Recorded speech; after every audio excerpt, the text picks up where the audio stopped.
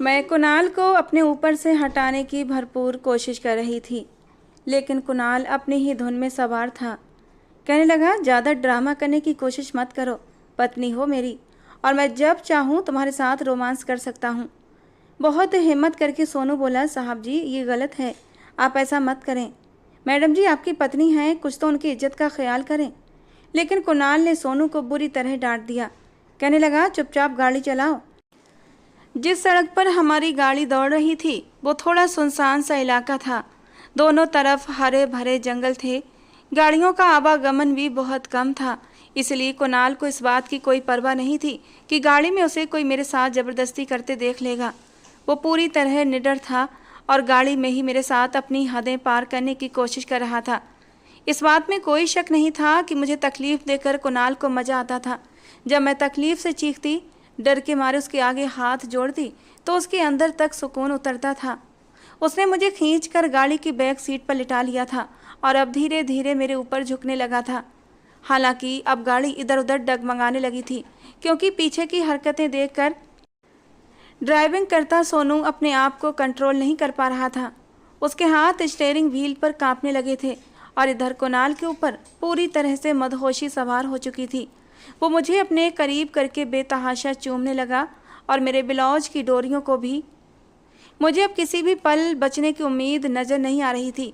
मैं भगवान से दुआ कर रही थी, काश अब तो तू मुझे मौत ही दे दे।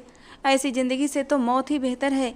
जिस इंसान को अपनी पत्नी की इज्जत की परवाह ना हो, उसके साथ जिंदा रहने से बेहतर तो मर जाना था। और शायद भगवान को मेरी हालत पर दया आ गई थी। सोनू का बर्दाश्त अब जवाब दे चुका था और गाड़ी की स्पीड तेज होने लगी थी और अचानक ही गाड़ी डगमगाते हुए अपना बैलेंस खोने लगी। गाड़ी का बैलेंस खराब होते देख कुणाल होश की दुनिया में वापस लौटा था। वो जोर से सोनू पर चिल्लाया, सोनू ये क्या कर रहे हो? गाड़ी ध्यान से चलाओ। ध्यान कहाँ है तुम्हारा? ऐसा लग रहा था जैसे सोनू जानबूझकर गाड़ी का बैलेंस बिगाड़ रहा हो, क्योंकि कुणाल के चिल्लाने पर भी सोनू ने गाड़ी के बैलेंस को संभालने की कोशिश नहीं की थी। और तभी अचानक गाड़ी एक जोरदार टक्कर के साथ सामने लगे एक पेड़ से जा टकराई थी। स्पीड ज़्यादा थी, इसलिए सोनू डैशबोर्ड से जाकर टकराया था। मैं और कुणाल भी आगे की सीट से जा टकराए थे। कुछ पल के लिए डर के मारे मेरा दिल धक से रह गया था। जो कुछ भी हुआ था उसकी मुझे उम्मीद नहीं थी। और फिर खुद को संभालते हुए कुणाल गाड़ी से बाहर निकला। अगर गाड़ी पेड़ से न टकराई होती तो सीधा खाई में जाकर गिरती। हमारी मौत हमसे कुछ ही पलों की दूरी पर थी। गुस्से में आकर कुणाल ने सोनू को गर्दन से पकड़कर गाड़ी से बाहर खींचते हुए निकाला था। सोनू का सिर डैशबोर्ड से टकराने की वजह से बुरी तरह घायल हो चुका था। उसके माथे से भी खून बह रहा था, लेकिन भगवान की फिर भी कृपा थी कि उसे और ज़्यादा चोटें नहीं आई थीं। वरना इस स्पीड से जाकर गाड़ी पेड़ से टकराई थी तो कुछ भी हो सकता था। भगवान की कृपा थी कि सोनू होश में था। सोनू के सिर पर चोट देखकर मेरा दिल जोर से कांप उठा था, जबकि कुणाल के सीने में जैसे दिल ही नहीं था। उसे सोनू की चोट की कोई परवाह नहीं थी, बल्कि उसने ताव में आकर सोनू के चेहरे पर थप्पड़ों की बारिश कर दी। वो चिल्लाकर कहने लगा, कमीने इंसान, तेरा ध्यान कहाँ था? इतने सालों से मेरे यहाँ गाड़ी चला रहा है और तुझे इतना भी नहीं पता कि गाड़ी कैसे चलाई जाती है? और सोनू चुपचाप कुणाल के हाथों मार खा रहा था। उसने एक शब्द भी अपनी ज़बान से नहीं कहा था। हाँ, बस मार खाते हुए उसने एक बार मेरी ओर ज़रूर देखा था। पता नहीं उसकी उन आँखों में क्या था, पर उसकी नज़रें मेरे दिल के अंदर तक उतर गई थीं। जब कुणाल सोनू को मारते मारते थक गया तो उसने सोनू को धक्का दिया और जाकर खुद ही गाड़ी में बैठ गया। गाड़ी में बैठते ही वो सोनू से कहने लगा, कोई ऑटो पकड़ो और घर जाओ। सारा मूड ख़राब कर दिया। मैंने गाड़ी का दरवाज़ा खोलने की कोशिश की और बैठने ही वाली थी कि कुणाल की दहाड़ पर मैं सहम गई। वो कहने लगा, गाड़ी का दरवाज़ा बंद करो और तुम भी सोनू के साथ घर वापस जाओ। तुम जैसी गवार मिडिल क्लास लड़कियां पति को खुश करना भी नहीं जानती। तुम्हें अपने साथ और रखकर मैं अपना मूड और भी ज़्यादा ख़राब करना नहीं चाहता। ये कहकर कुणाल ने गाड़ी रिवर्स ली और फिर तेज़ी से आगे की तरफ भगाता हुआ चला गया। मैं और सोनू सड़क पर खड़े रह गए थे। मैंने सोनू की तरफ देखा। उसका सिर पहले ही जख्मी हो चुका था और कुणाल की मार से उसके होंठ भी फट गए थे। मैंने कहा, सोनू तुम्हें तो बहुत चोटें आई हैं, ऐसा करो पहले अस्पताल चलते हैं। लेकिन सोनू कहने लगा, नहीं मैडम जी, ये तो बस मामूली सी चोटें हैं, 2-3 दिन में खुद ही ठीक हो जाएंगी। ये कहते हुए सोनू ने अपनी जेब से रुमाल निकाला। पहले अपने होंठ को साफ किया और फिर वही रुमाल अपने सिर पर बांध लिया। फिर कहने लगा, मैडम जी, यहाँ से 5 मिनट की दूरी पर हमें ऑटो मिल जाएंगे, थोड़ी दूर पैदल चलना होगा। मैंने कहा, सोनू, मुझे पैदल चलने में कोई दिक्कत नहीं है, लेकिन तुम बहुत जख्मी हो, क्या तुम पैदल चल सकते हो? वो कहने लगा, मैडम जी, मैंने कहा ना, आप मेरी चिंता मत करें। और फिर मैं और सोनू पैदल चलने लगे। लेकिन अचानक चलते चलते सोनू रुक गया था। उसने मेरी साड़ी का पल्लू उठाया और फिर पीछे से मेरी पीठ पर लपेट कर मेरी हाथ में पकड़ा दिया था। सोनू की इस हरकत पर मैं दंग रह गई थी। अचानक ही मेरी आंखों में शर्म और शर्मिंदगी के मिले जुले भाव आए थे, क्योंकि अभी थोड़ी देर पहले जो कुछ कुणाल मेरे साथ कर रहा था वो सब सोनू ने अपनी आंखों से देखा था, और वो सारे पल याद आते ही मेरा चेहरा शर्म के मारे लाल हो गया था। मेरे ब्लाउज की डोरियां शायद पूरी तरह खुलने की कगार पर थीं, और सोनू ने बहुत ही सहज तरीके से मेरी इज्जत ढक दी थी। मैंने अचानक से सोनू की तरफ नज़र उठाकर देखा, लेकिन वो नज़रें चुराते हुए आगे आगे तेज़ी से चलने लगा था। मैं भी तेज़ी से चलकर उसके सामने जाकर खड़ी हो गई। मैंने कहा, सोनू, तुमने जानबूझकर गाड़ी पेड़ से टकराई थी ना, ताकि कुणाल अपनी गलत हरकतों से बाज आए? मैं सोनू की आंखों में झांकते हुए सवाल कर रही थी, और सोनू मुझसे नज़रें चुराने लगा। उसका मुझसे नज़रें चुराना मुझे सब कुछ बता चुका था। पता नहीं क्यों मेरे चेहरे पर एक हल्की सी मुस्कान आई थी। मैंने कहा, चलो, वरना हम लेट हो जाएंगे। मुझे अपने सवाल का जवाब मिल चुका था। मेरी इज्जत को बचाने के लिए सोनू ने अपनी जान की भी परवाह नहीं की थी।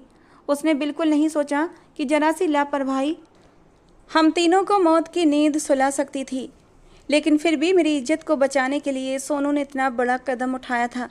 पता नहीं क्यों मेरे दिल में सोनू के लिए इज्जत बहुत ज़्यादा बढ़ गई थी। दुनिया में पैसा सब कुछ नहीं होता। कुणाल के पास पैसे की कोई कमी नहीं थी, लेकिन उसे दूसरों की इज्जत करना नहीं आता था, दूसरों को खुश करना नहीं आता था, बल्कि उन्हें तकलीफ़ देकर उसे मज़ा आता था। लेकिन सोनू एक गरीब ड्राइवर था, फिर भी उसे उसके अंदर गैरत थी, दूसरों की परवाह थी। उसने मेरी खातिर अपनी जान भी जोखम में डाल दी थी, और मेरी खातिर उसने कुणाल से भी मार खाई थी। चलते चलते मैंने सोनू से कहा, सोनू, तुमने अपनी जान की भी परवाह नहीं की। अगर गाड़ी खाई में गिर जाती तो तुम्हारे साथ साथ मैं और कुणाल भी मर जाते। तुमने तो मेरी और कुणाल की जान की भी परवाह नहीं की। सोनू कहने लगा, मैडम जी, ऐसी ज़िंदगी का क्या फ़ायदा? इज्जत के 2 पल बहुत होते हैं, लेकिन बदनामी का 1 पल 1000 मौतों के बराबर होता है। और मैं बस उसकी बात पर उसकी तरफ देखती रह गई थी। थोड़ी देर बाद हमें एक ऑटो मिल गया था और हम घर पहुंच चुके थे। घर आकर मैंने फर्स्ट एड बॉक्स लाकर सोनू के जख्म की अच्छे से सफाई की थी और उसके सर पर पट्टी भी बांध दी थी। और जब मेरे हाथ सोनू के होंठों की तरफ बढ़े तो सोनू एकदम पीछे हट गया। मुझसे नज़रें चुराते हुए कहने लगा, मैडम जी, इतना ही बहुत है, इससे ज़्यादा मेरे करीब मत आइए। मैंने कहा, क्यों? तुम्हें चोट लगी है सोनू? अगर केयर नहीं करोगे तो ये थोड़ी सी चोट ही तुम्हारे लिए और भी ज़्यादा तकलीफ़ का कारण बनेगी। लेकिन सोनू जल्दी से उठकर वहाँ से चला गया था और मैं उसे हैरत से जाता देखती रह गई थी। अजीब इंसान था। मैं तो उसके जख्मों की सफाई कर रही थी। खैर, मैंने अपने सर को झटका और अपने कमरे में चली आई। कुणाल रात के 1 बजे नशे में धुत होकर वापस लौटा था और आते ही बिस्तर पर उल्टा सीधा गिरकर बेहोश हो गया। मेरे लिए ये बहुत गनीमत था कि मैं उसके गुस्से से बच गई थी। अगर वो होश में होता तो ज़रूर मुझे अपने गुस्से का निशाना बनाता, और आज मैं उसके गुस्से को सहने के लिए बिल्कुल भी तैयार नहीं थी। मैं भी चुपचाप जाकर सोफे पर लेट गई थी और ख़ुद ब खुद मेरी आंखों से आंसू बहने लगे थे। मेरी माँ ये सोचकर खुश होंगी कि मैं अपने घर में राज कर रही हूँ। इतना अमीर पति जो मिला है मुझे, जो मेरी सारी ख्वाहिशों को, मेरी सारी इच्छाओं को पूरा करता। लेकिन उन्हें ये नहीं पता था कि उनकी लाडली बेटी रो रो कर अपनी ज़िंदगी के पल काट रही है। धीरे धीरे हमारी शादी को 2 महीने हो चुके थे और कुणाल ने मुझे एक बार भी मेरी माँ से मिलने नहीं दिया था। कुछ दिनों से मेरी तबीयत भी काफ़ी ख़राब लग रही थी। चलते फिरते चक्कर आते, कुछ भी खाती तो तुरंत उल्टी हो जाती। कमज़ोरी भी बहुत ज़्यादा महसूस हो रही थी। मेरी हालत को देखकर कुणाल को मेरी थोड़ी चिंता हुई तो वो मुझे डॉक्टर के पास ले गया। डॉक्टर ने मेरा चेकअप किया और मुझे खुशखबरी सुना दी कि मैं माँ बनने वाली हूँ। ये खबर मेरे लिए सूखे सहरा में किसी पानी की बूंद की तरह थी। खुशी के मारे मेरी आंखों में आंसू आ गए थे।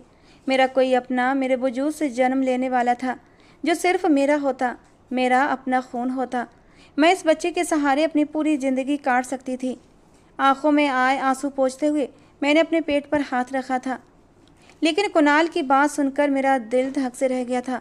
वो डॉक्टर से लड़ने वाले अंदाज में कहने लगा, ये क्या कह रही हैं आप? मुझे ये बच्चा बच्चा नहीं चाहिए। और तुम क्या यूँ खुश हो रही हो? मैंने तुमसे शादी बच्चों के झंझट के लिए नहीं की थी। मैं अपनी ज़िंदगी एंजॉय करना चाहता हूँ और ये बच्चे के झंझट में पड़कर अपनी ज़िंदगी के मज़े ख़राब नहीं करना चाहता। डॉक्टर, मुझे अभी के अभी अबॉर्शन चाहिए। मुझे ये बच्चा किसी भी कीमत पर नहीं चाहिए। और कुणाल के मुंह से ये शब्द सुनकर मेरी तो जान ही निकल गई थी। मैंने कहा, कुणाल, कैसी बातें कर रहे हो? ये हमारा बच्चा है, हमारा खून है। डॉक्टर भी कुणाल की ये बातें सुनकर हैरान थी। कहने लगी, आप कैसी बातें कर रहे हैं? शादी के बाद पहली बार जब कोई खुशी मिलती है तो लोग खुशी के मारे झूमने लगते हैं, और तुम अपना पहला बच्चा गिराना चाहते हो? तुम पागल तो नहीं हो गए हो? गुस्से के मारे कुणाल डॉक्टर पर भी चढ़ बैठा था। कहने लगा, जो कहा है बस उतना करो। मुझे ये बच्चा किसी भी कीमत पर नहीं चाहिए। बच्चा पैदा करते ही मेरी बीवी की सारी खूबसूरती ख़त्म हो जाएगी, और मुझे मोटी फैली बदसूरत बीवी नहीं चाहिए। मुझे अपनी बीवी का फिगर ख़राब नहीं करना। मैंने कुणाल से लाख मिन्नतें की, उसके हाथ पैर जोड़े, लेकिन उसका पत्थर दिल नहीं पिघला। उसी दिन उसने मेरा अबॉर्शन करवा दिया और मुझे घर ले आया। वो पूरी रात मेरी अंगारों पर गुजरी थी।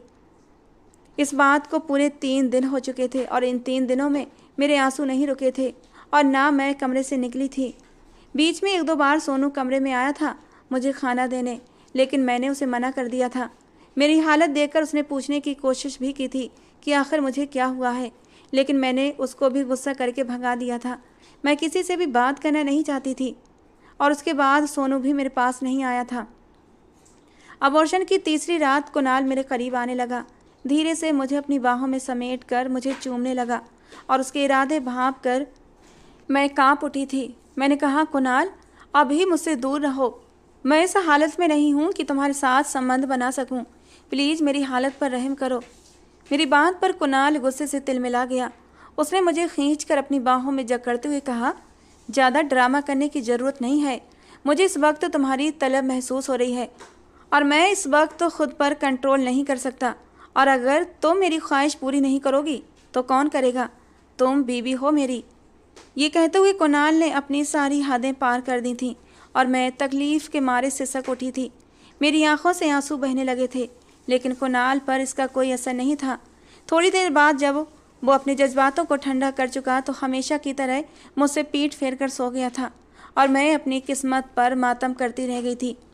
वक्त का काम है गुजरना और मेरी ये तकलीफ़ भरा वक्त भी गुजरता जा रहा था।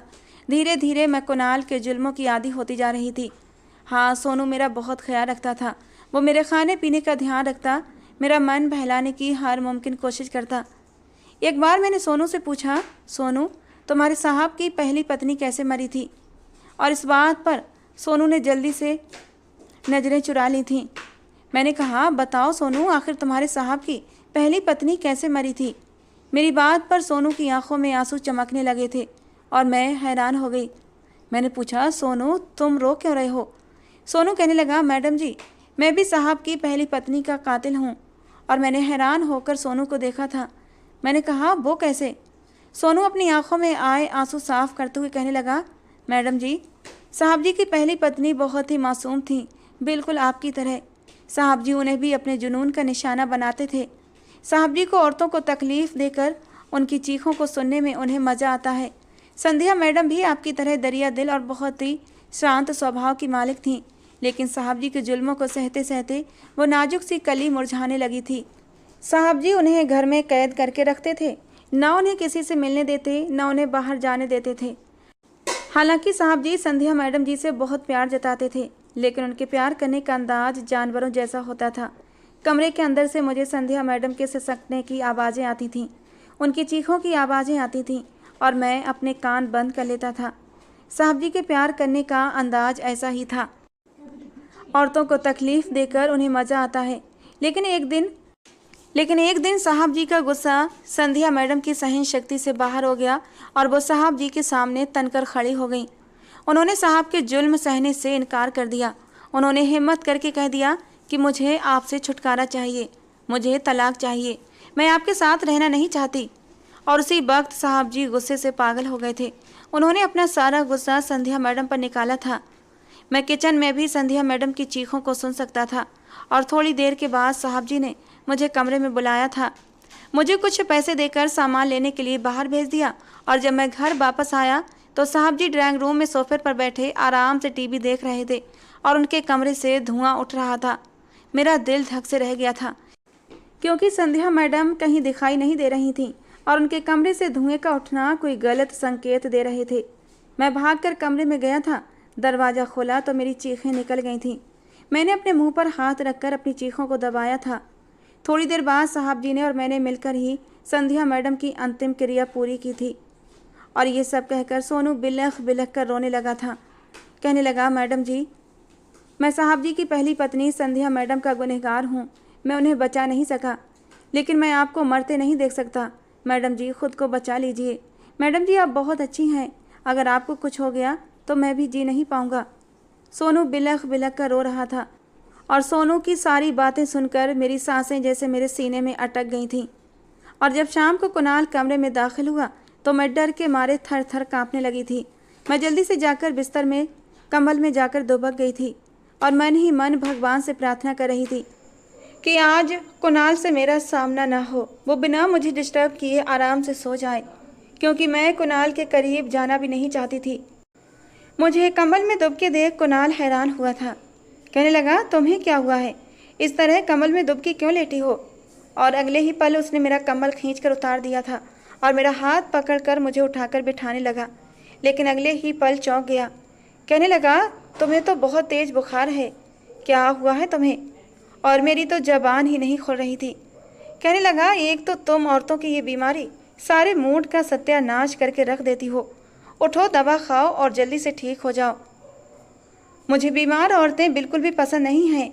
ये कहकर उसने कुछ रंग बिरंगी गोलियां मेरे हाथ पर रख दी और पानी की बोतल देकर अपने मोबाइल में बिजी हो गया।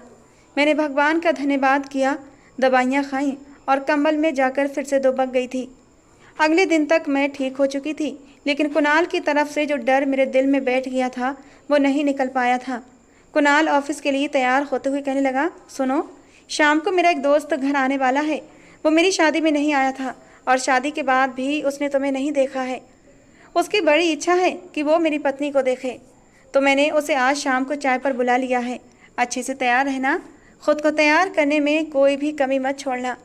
वो मेरे करीब आया, मुझे अपनी बाहों में लिया, मेरा दुपट्टा उतार कर दूर बेड पर उछाल दिया। मुझे भरपूर नज़रों से देखता हुआ कहने लगा, अपनी खूबसूरती को उभारने में कोई भी कमी मत छोड़ना। पिछले हफ्ते जो ब्लैक कलर की साड़ी मैंने तुम्हें गिफ्ट की थी ना, वही पहनना। राहुल की पत्नी बहुत खूबसूरत है, उसे देखकर हमारे सर्कल के जितने भी लड़के हैं सब अपना दिल थाम लेते हैं। लेकिन आज मैं राहुल को बताऊंगा कि मेरी बीबी उसकी बीबी से भी कहीं ज़्यादा खूबसूरत है। कुणाल अपना आदेश सुनाकर ऑफिस के लिए चला गया था और मेरा पूरा दिन बेचैनी में कटा था। मैं कुणाल के किसी भी दोस्त के सामने जाना नहीं चाहती थी। मुझे कुणाल के सभी दोस्त बहुत बुरे लगते थे, जैसे उनकी नज़रें मेरे शरीर के आर पार हो जाती थीं। पता नहीं ये दोस्त कैसा होगा, लेकिन मुझे कुणाल का हुक्म मानना ज़रूरी था। अगर मैं उसकी बात ना मानती तो वो पूरे घर में कोहराम मचा देता। शाम 6 बजे ही मैंने खुद को अच्छे से तैयार कर लिया था, क्योंकि कुणाल ने कहा था कि वो और उसका दोस्त शाम को 7 बजे आएंगे। मैंने वही ब्लैक कलर की सितारों वाली साड़ी पहन ली थी जो कुणाल ने गिफ्ट की थी और जिसमें मेरा गोरा रंग और भी चमक उठा था।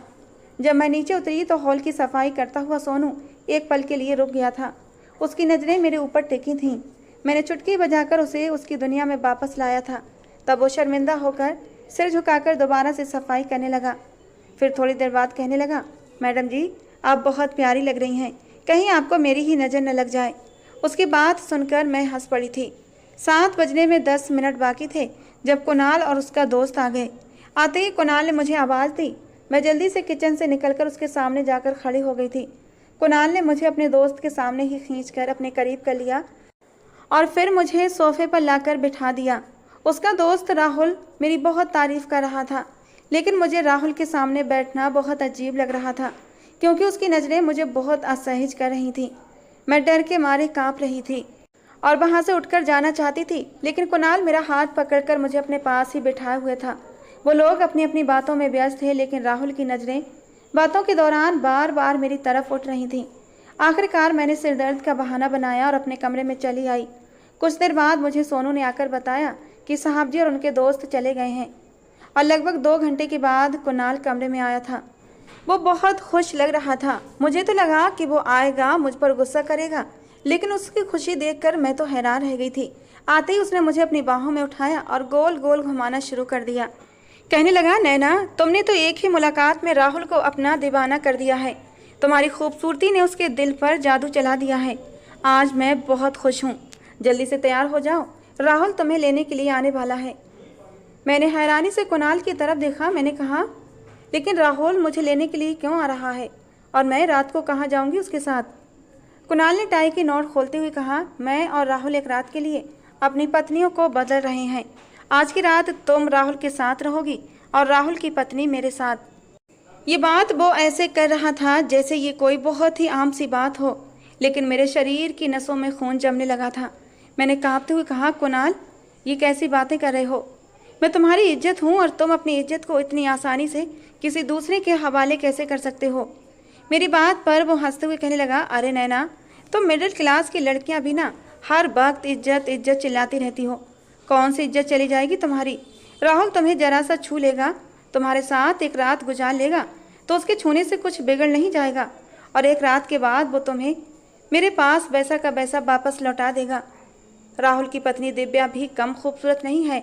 अरे मैं तो न जाने कब से दिव्या के साथ टाइम बिताना चाहता था, लेकिन ये कमबख्त राहुल मेरे हाथ ही नहीं आता था, और आज तुम्हारी खूबसूरती ने उसे मेरे कदमों में लाकर डाल दिया है।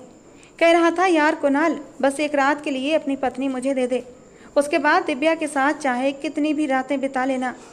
अच्छा, अब ज़्यादा टाइम बर्बाद मत करो, अभी थोड़ी देर में ही राहुल तुम्हें लेने के लिए आने वाला है। जल्दी से तैयार हो जाओ, और हाँ, वो रेड वाला गाउन पहनना, उसमें तुम और भी ज़्यादा खूबसूरत लगती हो। कुणाल की बात सुनकर मेरे शरीर में गुस्से की लहर दौड़ गई थी। मैं मरती मर जाती, लेकिन अपनी इज्जत यूँ नीलाम न करती। और आखिर मैंने हिम्मत दिखाते हुए कहा, कुणाल, जैसा तुम चाह रहे हो वैसा कभी नहीं होगा। मैं मर जाऊंगी, लेकिन अपनी इज्जत किसी गैर मर्द के हवाले नहीं करूंगी। मेरी आंखों में गुस्से और बगावत की चमक देखकर कुणाल के अंदर का जानवर जाग उठा था।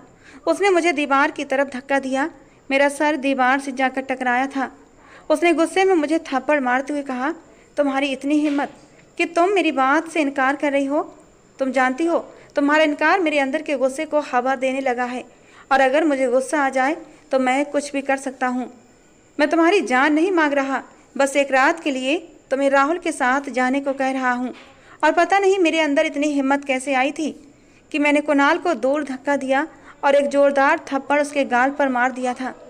मैंने कहा, तुम जानवर तो थे, ये बात मुझे पता थी। तुम्हारे सीने में दिल नहीं था, ये भी मुझे पता था, लेकिन आज मैंने ये भी देख लिया कि तुम्हारे अंदर गैरत भी नहीं है। तुम अपनी बीवी को यूँ दूसरों के सामने पेश कर रहे हो। एक नंबर के बेगैरत इंसान हो तुम। मेरी आंखों में गुस्सा देखकर कुणाल और भी पागल हो गया। कहने लगा, तुम्हारी इतनी हिम्मत, तुम कुणाल कुकरेजा पर हाथ उठाओ।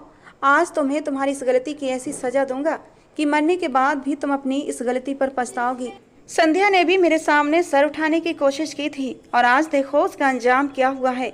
और आज तुम्हारा भी वही अंजाम करूँगा जो संध्या का किया था। उसने मुझे खींचकर अपने पास किया और जलते हुए लाइटर को मेरी साड़ी के पल्लू पर लगा दिया था। ये देखकर मेरे गले से एक जोरदार चीख निकली थी।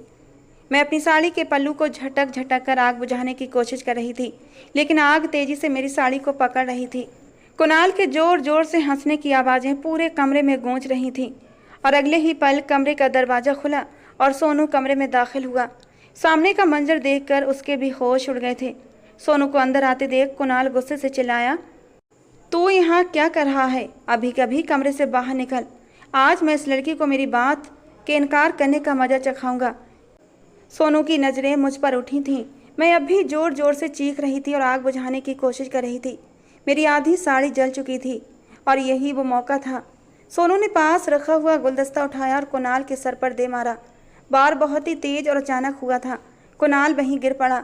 सोनू ने तुरंत मेरी जलती साड़ी खींचकर दूर फेंक दी थी और बिस्तर पर पड़ी चादर से मुझे ढक दिया था। मैं रोते रोते सोनू के सीने से लग गई थी। वो मुझे तसल्ली दे रहा था। कहने लगा, मैडम जी, सब ठीक हो जाएगा। मैं राहुल और कुणाल की बातें सुन चुका था।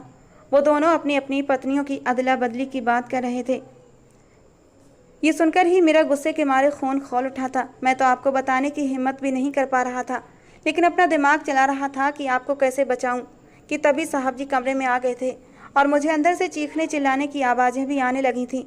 मैं समझ गया था आज कुछ गलत होने वाला है, इसीलिए मैंने पुलिस को कॉल कर दिया है। थोड़ी देर में ही पुलिस आ जाएगी। और कुछ ही देर बाद पुलिस की गाड़ी के सायरन बजने लगे थे। पुलिस के सामने सब कुछ साफ था। कुणाल ने मुझे जान से मारने की कोशिश की थी और वो फर्श पर पड़ा हुआ था और उसके सिर से तेजी से खून बह रहा था। सोनू ने पुलिस को कुणाल की पहली पत्नी संध्या के बारे में भी सब सच सच बता दिया था। मुझे मेरी माँ के घर भेज दिया गया। मेरी माँ मेरी हालत देखकर फूट फूट कर रोने लगी। कहने लगी, मुझे क्या पता था वो ऐसा दरिंदा इंसान है, वरना मैं कभी तेरी शादी उससे ना करती। मैं भी माँ के सीने में छुपकर खूब रोई थी। कुणाल के सिर पर चोट इतनी गंभीर थी कि वो अपनी जान से हाथ धो बैठा। पुलिस ने सोनू को भी गिरफ्तार कर लिया था, क्योंकि उसके हाथों कुणाल की मौत हुई थी, लेकिन उसे जल्दी ही रिहा कर दिया गया था, क्योंकि उसने ये सब कुछ आत्मरक्षा में किया था। अब मुझे शादी के नाम से डर लगने लगा था। मेरी माँ जब मुझसे शादी की बात करती तो मैं पागलों की तरह चीखने लगती थी। थक हार कर मेरी माँ ने मुझसे शादी के लिए कहना बंद कर दिया था। जिंदगी उदास सी गुजर रही थी। कुणाल को मेरी ज़िंदगी से गए 4 महीने हो चुके थे, लेकिन जब भी कुणाल के साथ बीता वक्त मुझे याद आता तो ऐसा लगता कि अब भी उसके दिए जख्म मेरे शरीर पर ताज़ा हैं। फिर एक दिन मेरी माँ मेरे पास आई। कहने लगी, नैना, आज तेरे लिए एक रिश्ता आया है। वो मुझे रिश्ता बहुत अच्छा लगा। मैंने लड़के वालों से हाँ कह दिया है और मैंने कहा है कि तुझसे पूछकर जवाब दूंगी। तू सोच समझकर फैसला कर। जिंदगी अकेले नहीं कटती। मेरी आखिरी इच्छा समझकर स्वीकार कर ले नैना, वरना मुझे चैन की मौत भी नहीं आएगी। मरने के बाद भी मेरी आत्मा बेचैन रहेगी, क्योंकि मेरे बाद तुझे सहारा देने के लिए कोई नहीं बचेगा। माँ की आंखों में आए आंसू देखकर मैंने चुपचाप सहमति दे दी। अगले दिन लड़के की माँ मुझे अंगूठी पहनाने आई। उनका बेटा भी उनके साथ था, लेकिन मैं कमरे से नहीं निकली। थोड़ी देर बाद माँ ने कहा, लड़का तुमसे अकेले में मिलना चाहता है। मैंने अनमने ढंग से हाँ कर दी। कमरे का दरवाज़ा खुला और अंदर आने वाले इंसान को देखकर मैं हैरान रह गई थी। आने वाला कोई और नहीं बल्कि सोनू था। मैंने कहा, तुम अपना रिश्ता मेरे लिए लेकर आए हो। सोनू धीरे धीरे मेरे पास आकर खड़ा हो गया। कहने लगा, मैडम जी, मैं आपसे शादी करना चाहता हूँ, लेकिन इससे पहले मैं आपकी मर्जी भी जानना चाहता हूँ, इसीलिए मैंने आपसे मिलने की बात कही। मेरी आंखों में आंसू भर आए थे। सोनू अच्छा खासा पढ़ा लिखा और बहुत ही हैंडसम लड़का था। बस मजबूरी के कारण कुणाल जैसे दरिंदे के घर काम कर रहा था।